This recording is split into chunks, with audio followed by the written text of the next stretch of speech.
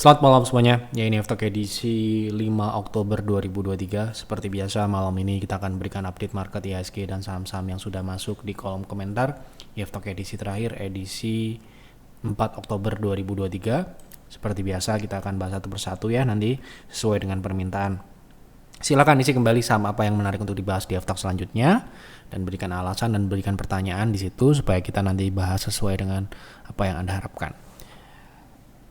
Kita langsung mulai. Untuk menyingkat waktu, silahkan apabila Anda belum subscribe channel ini, silahkan subscribe, dan yang mungkin sudah merasakan manfaat dari Aftok, dukung kami dengan klik like.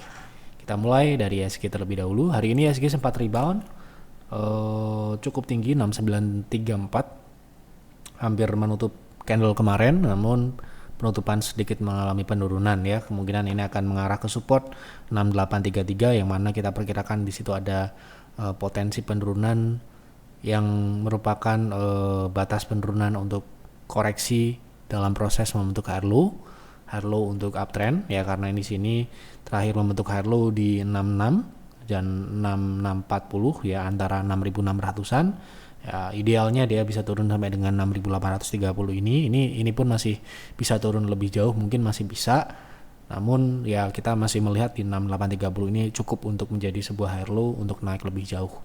Kita akan lihat yang jelas penurunan ini untuk investing ini adalah kesempatan yang tepat untuk melakukan akumulasi untuk mengantisipasi rally di akhir tahun nanti sampai dengan kuartal 1 2024 ya. Secara umum tentunya sahamnya ya harus dipilih juga ya, mana-mana saham-saham yang saat ini sekiranya akan ada potensi mengalami kenaikan di time frame yang sama ya. Yang jelas sekarang ini di peer kita sedang mengakumulasi sekitar 2 sampai dengan 3 saham. Besok minggu depan kita akan merilis stock picks terbaru di bulan Oktober gitu ya. Dan untuk peers kita masih melakukan take profit di kemarin di September 2 saham, dan di bulan Oktober ini 2 saham juga, jadi total 4 saham ya. Ada DRMA, ada Inco, ada MAPA ya, dan satu lagi apa tadi saya lupa. Yang jelas bulan Oktober ini apabila terjadi koreksi, ini adalah kesempatan untuk mengantisipasi rally di akhir tahun sampai dengan kuartal 1 2024. Yang jelas seperti itu. Jadi silahkan definisikan saham-saham apa yang kira-kira menarik ya, sesuai dengan apa yang Anda lihat. Oke, kita langsung masuk ke pembahasan saham yang pertama. Sore Pak Yev, tolong bahas saham BMTR, apakah layak untuk investasi jangka panjang? Kita lihat. BMTR pernah kita invest di BMTR di Peers ya. Kita beli sudah cukup lama dan kita sudah jual di 300-an ya. Coba kita cek di Peers. Kita nggak lama invest di BMTR ini ya. Kita lihat di edisi Juli 2021 itu di sini ya. Di Juli 2021 ini ya. Kita coba buka apakah masih bisa diakses karena ini sudah lewat.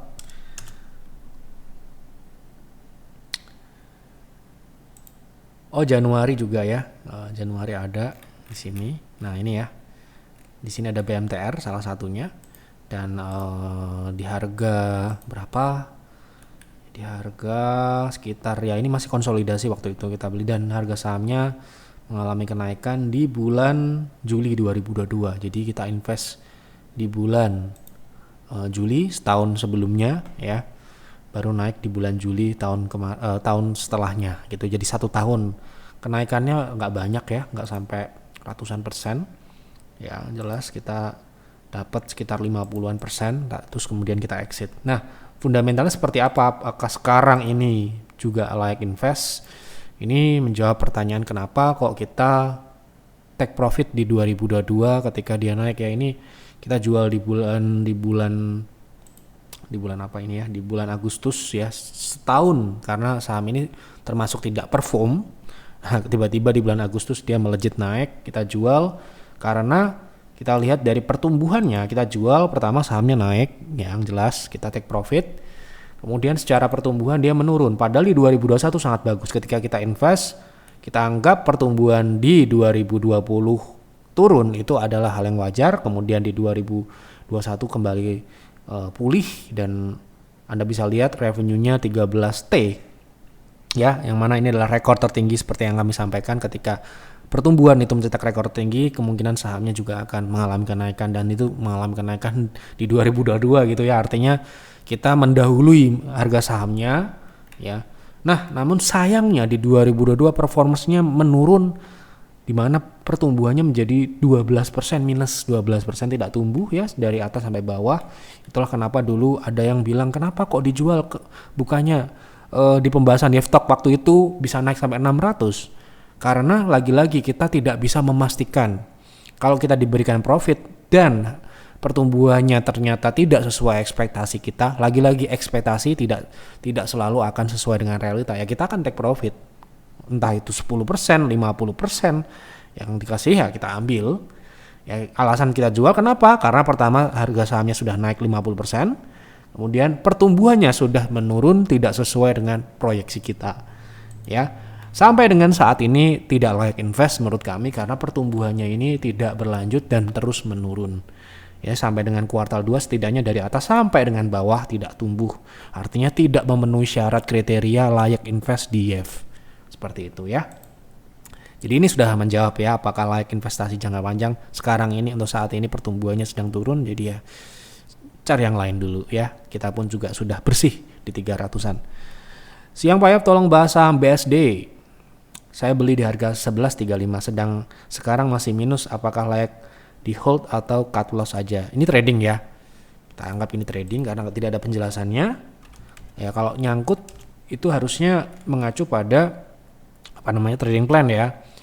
Nah, kalau kita lihat dia punya modal di 11.35, apakah masih memungkinkan untuk saat ini kembali ke sana? Sebenarnya advice saya bisa saja menambah posisi kalau memang memungkinkan ya.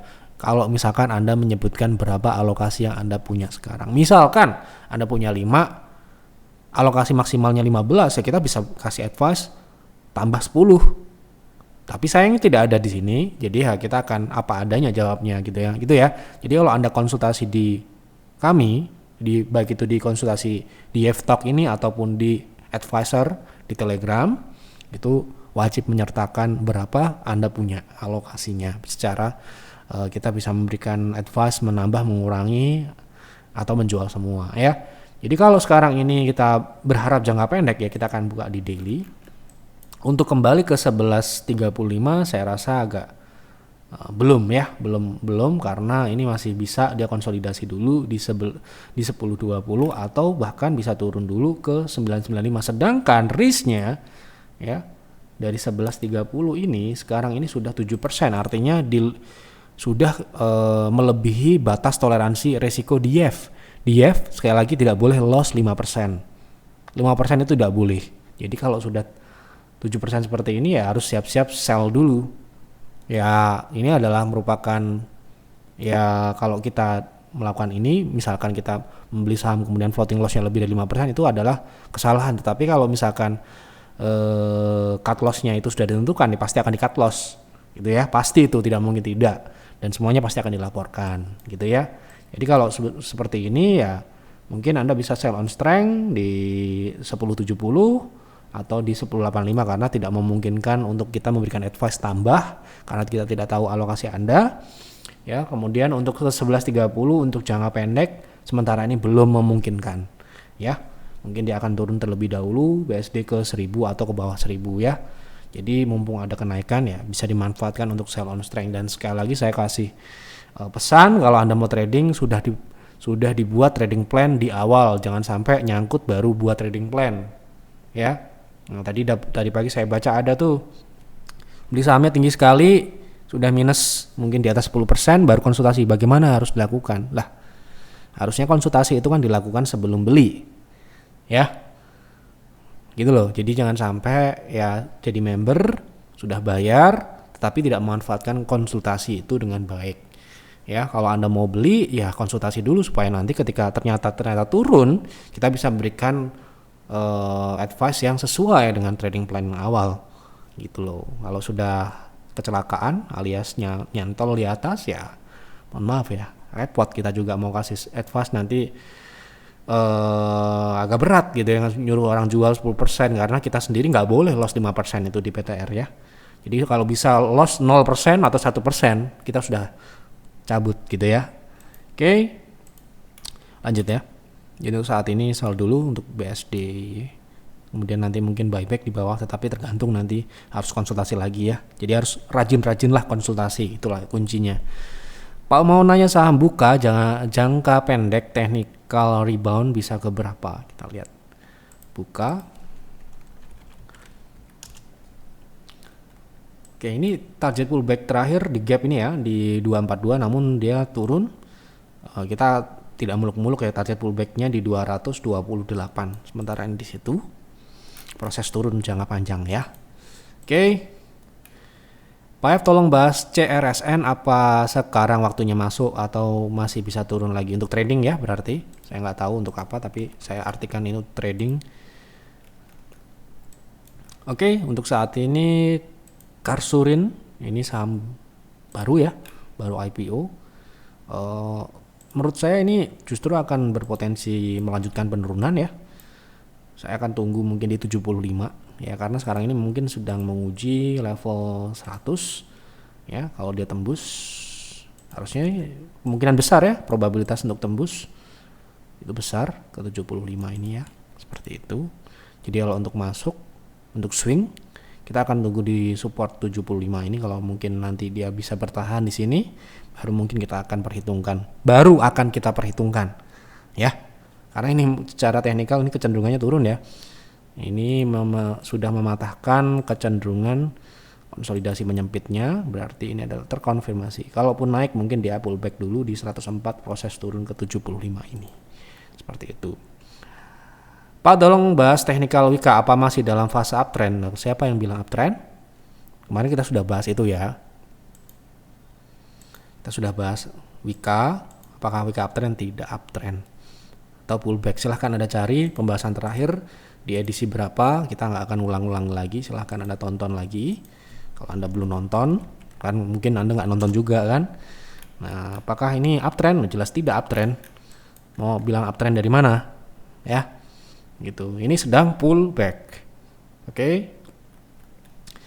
Jadi untuk saat ini tidak uptrend ya, untuk kita jawabnya sesuai dengan pertanyaan lo ya. Itu. Pak tolong bahas BPTR untuk trading. Terima kasih. Untuk trading BPTR. Waduh. Tidak menarik sepertinya untuk saat ini ya, karena dia masih flat, konsolidasi ya. Tidak menarik menurut saya. Oke. Tolong bahas saham BTPS untuk investasi. Sudah berkali-kali kita bahas. Saya nggak akan buka chartnya, nggak akan buka fundamentalnya. Jelas fundamentalnya bagus, tetapi teknikalnya masih downtrend ya. Jadi harus menunggu reversal dulu. Tuh. Silahkan Anda cari juga di Telegram karena saya sudah sering membahasnya. Tolong bahas Jasa Marga, target uptrend jangka menengah. Oke, apakah Jasa Marga sudah uptrend? Tuh ya. Oke, jangka menengah kita menggunakan weekly. Oke. Apakah Jasa Marga sudah uptrend? Kita akan coba lihat ya. Saham ini downtrend sejak 2017. Kemudian sekarang ya. Sekarang sayangnya secara jangka menengah ya, belum uptrend ya. Gitu, belum uptrend, belum terkonfirmasi sempurna uptrendnya. Gitu ya. Memang dia mungkin belakangan ini naik, tapi masih kita bilang ini adalah pullback ya. Tuh.